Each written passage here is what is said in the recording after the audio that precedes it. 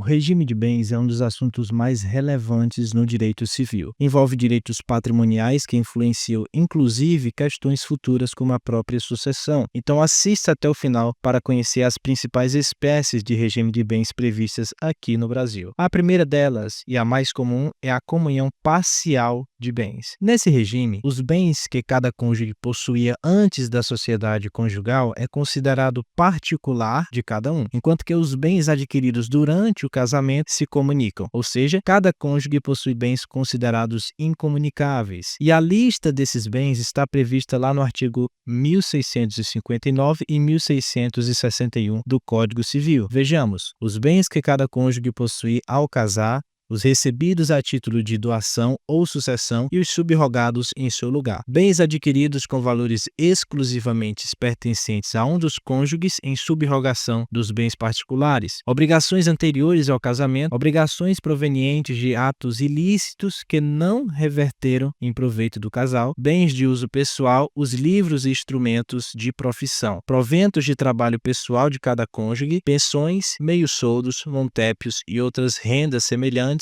e bens cuja aquisição tenha por título uma causa anterior ao casamento. Por outro lado, são considerados bens comunicáveis, ou seja, que integram o patrimônio comum do casal, os bens adquiridos na constância do casamento por título oneroso, ainda que só em nome de um dos cônjuges. Aqueles adquiridos por fato eventual, com ou sem o concurso de trabalho ou despesa anterior, os bens adquiridos por doação, herança ou legado em favor de ambos os cônjuges, as benfeitorias e bens particulares de cada cônjuge, os frutos dos bens comuns ou dos particulares de cada cônjuge, percebidos na constância do casamento ou pendentes ao tempo de cessar a comunhão. Então, feita essa distinção entre bens comunicáveis e incomunicáveis, vamos ao próximo regime de bens, que é justamente a comunhão universal de bens. Nesse caso, todos os bens e dívidas dos cônjuges, sejam elas presentes ou futuras, se comunicam, se interligam, formando um patrimônio comum. Apesar de ser comunhão universal de bens, de acordo com o artigo 1668, também do Código Civil, são excluídos dessa comunhão os seguintes bens: aqueles que foram doados ou herdados com cláusula específica de incomunicabilidade, os gravados de fideicomisso e o direito do herdeiro fideicomissário antes de realizada a condição suspensiva, com dívidas anteriores ao casamento, salvo as contraídas em seus preparativos ou revertidas em proveito comum, doações antinupciais feitas por um dos cônjuges ao outro com a cláusula de incomunicabilidade, bens de uso pessoal,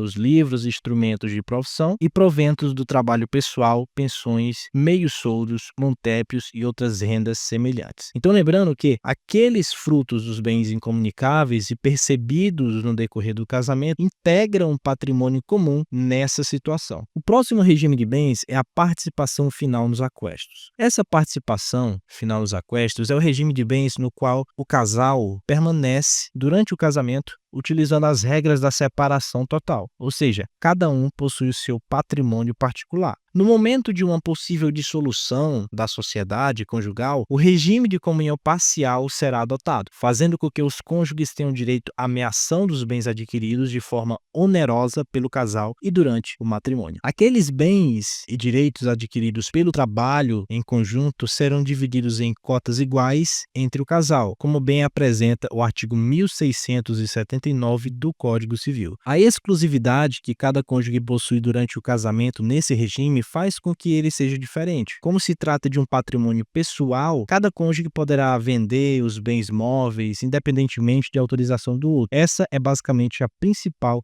distinção. Além disso, cada um é responsável pelas dívidas contraídas, salvo prova de que reverteram em favor do outro. Portanto, de acordo com o artigo 1686 do Código Civil, as dívidas de um dos cônjuges, quando superior à ameação, não obriga o outro ou a seus herdeiros. E lembrando que a apuração dos aquestos é realizada no momento da dissolução societária do casal, a cessação da convivência, digamos assim. Sendo excluídos da soma dos patrimônios pessoais os bens anteriores ao casamento, casamento, aqueles recebidos por sucessão ou liberalidade e as dívidas relativas a seus bens. O próximo regime de bens é o da separação convencional e obrigatória de bens. Nesse caso, não ocorre a comunicação entre patrimônio dos cônjuges, ou seja, cada um permanece com a administração exclusiva de seus bens, podendo, de acordo com o artigo 1687, aliená-los livremente. E essa separação pode ser tanto obrigatória, prevista em lei, ou então convencional. O primeiro regime, o obrigatório, ocorre no casamento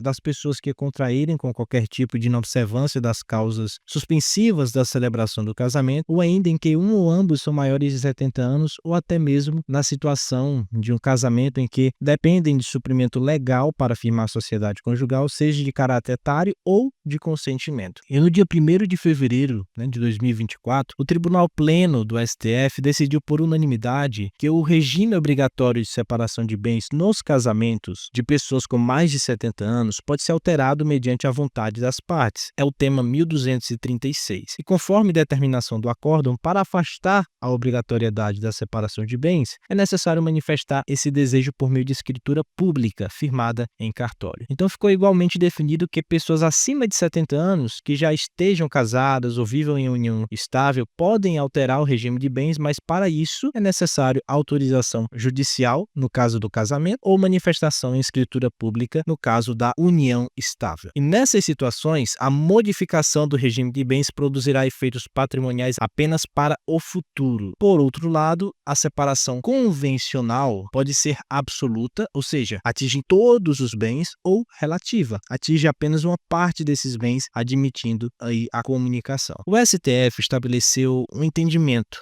baseado lá no Código Civil de 1916, que os bens adquiridos durante o casamento por esforço conjunto do casal são passíveis de comunicação em caso de separação obrigatória, sob pena de enriquecimento sem justa causa.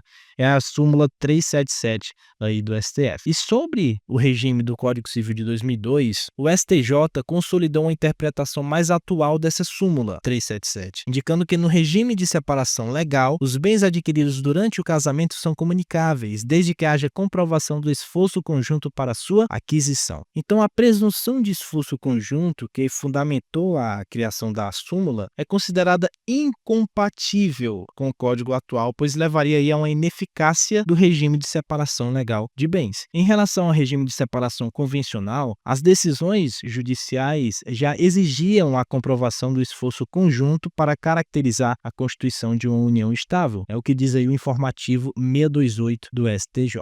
E a doutrina argumenta que é possível afastar a súmula 377 por meio de um pacto antinupcial, não sendo uma questão aí, nesse caso, de ordem pública. Então, as despesas do casal serão divididas entre os cônjuges de acordo com a proporção de seus respectivos rendimentos e bens, a menos que haja uma disposição diferente no pacto antinupcial, como bem afirma o artigo 1688 do Código Civil. E aí, qual a sua opinião sobre o regime obrigatório de separação de bens para pessoas maiores de 70 anos? Você concorda aí com o entendimento do STF? Deixe aí nos comentários e eu te vejo no próximo vídeo. Valeu!